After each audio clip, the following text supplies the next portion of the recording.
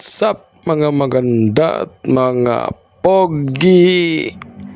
Kapag sinabi mong babalik ka sa Pilipinas pagkatapos ng ilang taon sa abroad, halos pare-pareho ang reaksyon ng mga tao.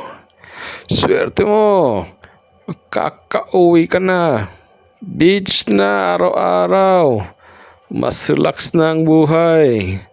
At sa social media, parang isang mahabang bakasyon ang pagbabalik. Pero may isang bagay na bihirang pag-usapan. Ang reverse culture shock. Dahil minsan, ang pinakamahirap na bansa para mag-adjust ay ang bansang dati mo nang tinatawag na tahanan. Nang bumalik kami sa Cebu, akala namin simple lang ang lahat. Pero habang lumilipas ang mga buwan, napagtanto namin na ang pagbabalik ay hindi lang tungkol sa pag-uwi. Isa itong proseso ng muling pagkatuto kung paano mabuhay dito. At may 5 bagay na sana may nagsabi sa amin bago kami bumalik. Welcome back to the channel. Kung iniisip mong umuwi sa Pilipinas o kakabalik mo lang, baka makatulong sa iyo ang video na ito. Number 5, reverse culture shock. Ang culture clash ng efficiency. Kasi kapag matagal kang nakatira sa ibang bansa, nasasanay ka sa bilis. Online forms, automated systems, digital appointments, predictable schedules. At pagkatapos, babalik ka sa Pilipinas at biglang may mga bagay na hindi gumagana ayon sa plano. Sa abroad, kadalasan sapat na ang proseso. Dito, minsan, kailangan mo pa rin ng tao. Kailangan mo ng follow-up, kailangan mo ng pasensya, at kung minsan, kailangan mo ng diskarte. Noong una, nakaka-frustrate ito. Pero kalaunan, napagtanto ko na magkaiba lang ang sistema. Mas mahalaga rito ang flexibility kaysa perfection. Mas mahalaga ang resilience kaysa rigid planning. At kapag natutunan mong sumabay sa rhythm nito, mas nagiging magaan ang buhay. Number 4, ang hidden tax ng social connection. Isa ito sa pinakamalaking sorpresa. Pagod ako, pero hindi dahil sa trabaho, dahil sa tao. At hindi ko ibig sabihin na masama yun. Sa katunayan, ito ang isa sa pinakamagandang bahagi ng Pilipinas.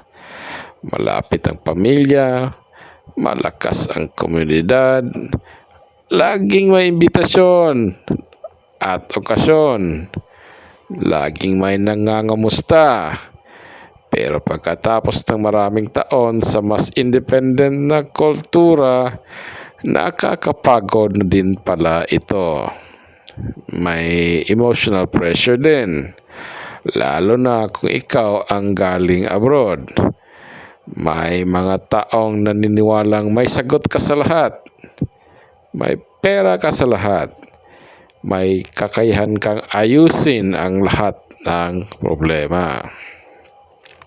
At minsan, mabigat din ang responsibilidad na yon. Natutunan ko na ang boundaries ay hindi kabastusan. Posible palang protektahan ang iyong oras habang pinapanatili ang pagmamahal at koneksyon sa mga tao. Number 3, ang sensory overload ng modernong Pilipinas. Isa sa pinaka-interesting na bagay tungkol sa Cebu ngayon ay ang contrast. Sa isang bahagi ng kalsada, makakakita ka ng modernong tech hub. Pagkatapos ng ilang hakbang, nasa traditional na komunidad ka na ulit. Parang dalawang magkaibang mundo na sabay umiiral.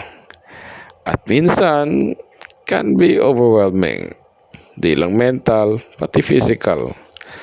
Yung init, yung humidity, yung ingay, yung walang tigil na galaw ng lungsod.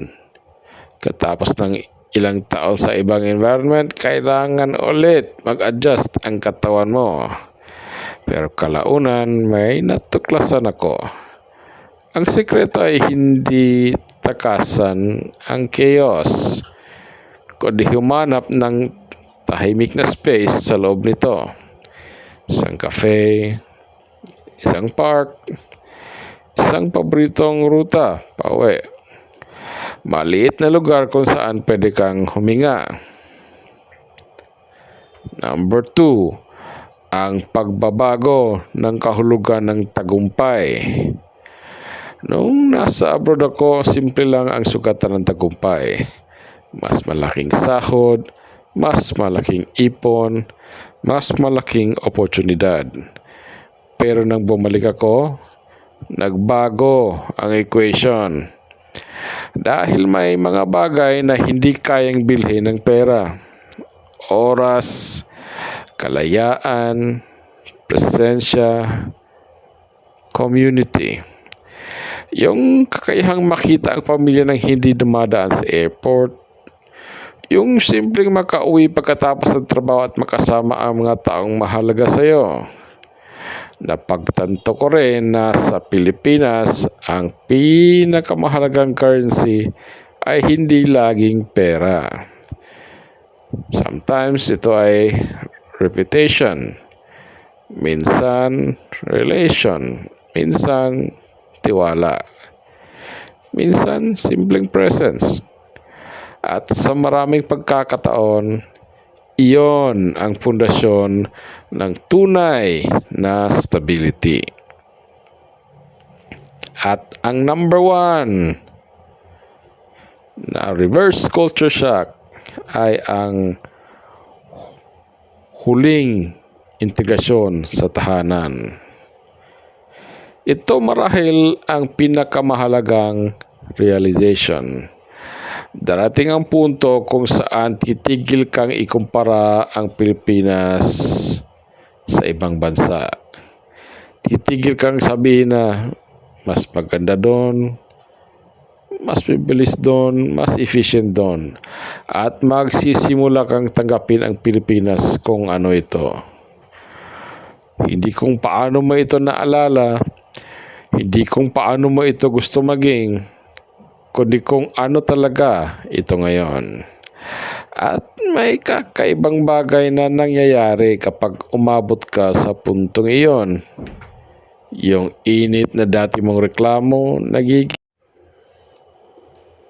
nagiging pamilyar. Yung traffic, nagiging bahagi ng routine mo. Yung ingay, nagiging soundtrack ng araw-araw mong buhay. At bigla mong napapansin na hindi ka na bisita. Hindi ka na bagong dating. Nandito ka na talaga. Kung may isang bagay akong natutunan sa pagbalik ko sa Pilipinas, ay ito yon. Ang pag-uwi ay hindi isang event. Isa itong proseso. Hindi sapat ang plane ticket, hindi sapat ang magandang trabaho, hindi sapat ang excitement ng unang mga buwan. Kailangan mong muling buuin ang relasyon mo sa lugar, sa community, at maging sa sarili mo. Dahil ang tunay na tahanan ay hindi lang lugar kung saan ka nakatira. Ito ay lugar kung saan ka aktibong nakikilahok. Para sa mga OFW, balikbayan, expatriates at remote workers na nakauwi na. Alin sa limang ito ang pinaka-relatable para sa inyo? May reverse culture shock ba kayong naranasan na hindi ninyo inaasahan? I-share ninyo sa comments. Baka makatulong ang kwento ninyo sa ibang nagbabalak umuwi. Kung nagustuhan ninyo ang video na to, huwag kalimutang mag-like, subscribe at i-share sa mga kaibigan at kapamilya na nasa abroad pa rin. Maraming salamat sa panonood at tandaan, ang pag-uwi ay hindi tungkol sa pagbabalik sa dating buhay. Ito ay tungkol sa pagbuo ng bagong buhay sa lugar na dati mo nang tinawag na tahanan.